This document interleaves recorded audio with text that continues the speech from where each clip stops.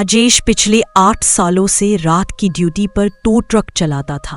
वह Verma auto recovery service में काम करता था। पहले वह दिन की शिफ्ट करता था, मगर रात की शिफ्ट में ज्यादा पैसा मिलता था और ट्रैफिक भी कम रहता था। धीरे धीरे वह इस अजीब समय का आदी हो गया था।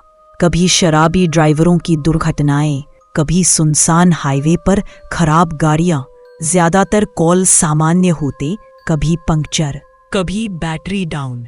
लेकिन कुछ कॉल्स ऐसे भी होते थे जो मन में हमेशा के लिए छप जाते। जैसे एक बार उसने नदी से कार निकाली थी जिसमें ड्राइवर अभी भी बैठा हुआ था, या फिर वह आदमी जिसने दावा किया कि उसकी गाड़ी खुद ब खुद जगह बदल गई जबकि वह बस चाय लेने ढाबे तक गया था।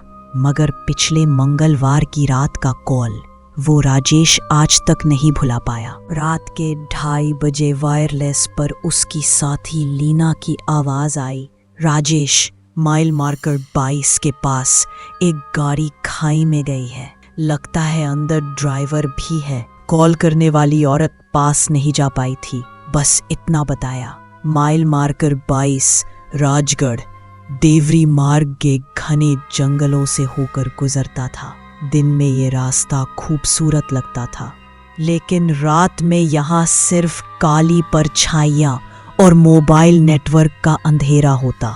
राजेश ने अपनी कॉफी उठाई और ट्रक बढ़ा दिया। थोड़ी दूर चलकर उसे कार दिखी, नीली होंडा सिटी, लगभग 30 फीट अंदर जंगल में खड़ी थी।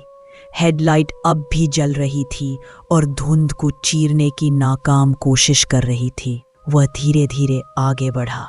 जैसे ही पास गया तो अजीब बात दिखी। गाड़ी के सारे दरवाजे लॉक थे और अंदर एक औरत बैठी थी। उसकी उम्र 20-25 के आसपास होगी।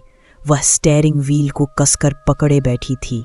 चेहरे पर साफ साफ डर था। राजेश ने शीशे पर टॉर्च मारी तो वह औरत कांपते होंठों से कुछ बोली। उसने शीशा बस जरा सा नीचे किया और फुसफुसाई, गाड़ी को बस खींचकर यहाँ से बाहर ले जाओ, जल्दी बाहर मत निकलना, चेन मत खोलना, बस खींच लो। राजेश ने पूछा, क्या हुआ, कोई है बाहर? औरत ने आंखें जंगल की तरफ घुमाई। उसकी आवाज कांप रही थी। वहाँ कुछ है, बड़ा, बहुत बड़ा, 2 घंटे से मुझे देख रहा है।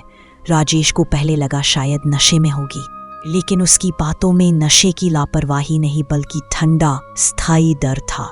वह मान गया और बोला, ठीक है, मैं ट्रक से ही गाड़ी खींच लेता हूँ, तुम अंदर से बाहर मत आना। जब राजेश ने ट्रक को पोजीशन किया तो उसे अचानक सड़ी हुई सी गंध आई, जैसे गीला जानवर हो जो किसी मरी लाश पर लौट गया हो। फिर उसने टॉर्च से कार को गौर से देखा और वही उसके पैरों तले जमीन खिसक गई। गाड़ी की छत पर 2 विशाल हथेलियों के गहरे निशान ढंग से हुए थे, ऐसे जैसे किसी ने जोर से पकड़कर धातु को ही मसल दिया हो। उंगलियों के अंत में पंजों जैसे गहरे खरोंच थे। उसने औरत से कुछ कहने ही वाला था कि तभी जंगल में मोटी टहनी टूटने की आवाज गूंजी। एक बार, फिर दूसरी दिशा से दूसरी, और फिर अलग अलग जगहों से लगातार, जैसे कोई चारों ओर घूम रहा हो। औरत कांपती आवाज में बोली, ये यही करता है, पेड़ों को तोड़ता है, धमकाता है। तभी पूरा जंगल अजीब सी धुन में गूंज उठा। भारी किसी चीज ने पेड़ के तनों पर चोट की थी चारों ओर से। राजेश ने जल्दी जल्दी चेन लगाई, लेकिन अचानक उसकी टॉर्च बंद हो गई। बैटरियां नई थीं, फिर भी चारों ओर गहरा सन्नाटा। वह बैकअप टॉर्च लेने ट्रक तक पहुंचा ही था कि अचानक दहाड़ जैसी आवाज आई, इतनी गहरी कि सीने तक कांप उठा। वो आवाज इंसान या किसी जानवर की नहीं थी। और फिर वह चीज सामने आई। होंडा की हेडलाइट की रोशनी में वो प्रकट हुआ। 9 फीट से ऊंचा, झबरीले काले बालों से ढका हुआ। उसके हाथ इतने लंबे कि घुटनों तक पहुंच रहे थे। पंजों में तेज काले नाखून, चेहरा इंसानी सा मगर बिगड़ा हुआ, आंखें पीली हरी चमक रही। वह ठहर कर उन्हें देख रहा था। राजेश का दिल तेजी से धड़कने लगा। औरत चीख पड़ी, जल्दी चलो वरना ये पकड़ लेगा। राजेश ने ट्रक तेज किया और गाड़ी खींचकर सड़क की ओर दौड़ा। मगर वह प्राणी बिजली की तरह गति पकड़कर ट्रक के बराबर आ गया। उसने एक हाथ ट्रक के दरवाजे पर रखा।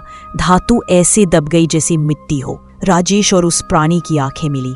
उनमें इंसानी जैसी समझदारी थी, जैसे वह जांच रहा हो कि ये दोनों कौन है।